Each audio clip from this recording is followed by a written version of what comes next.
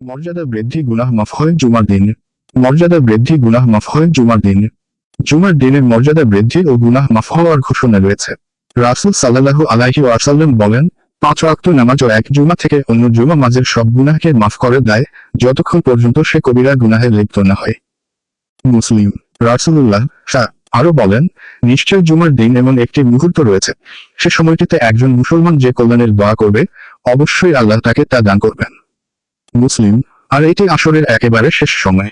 রাসূলুল্লাহ সাল্লাল্লাহু আলাইহি ওয়াসাল্লাম বলেন, তোমরা আসরের পরে একবারে শেষ সময়ে দোয়া করো।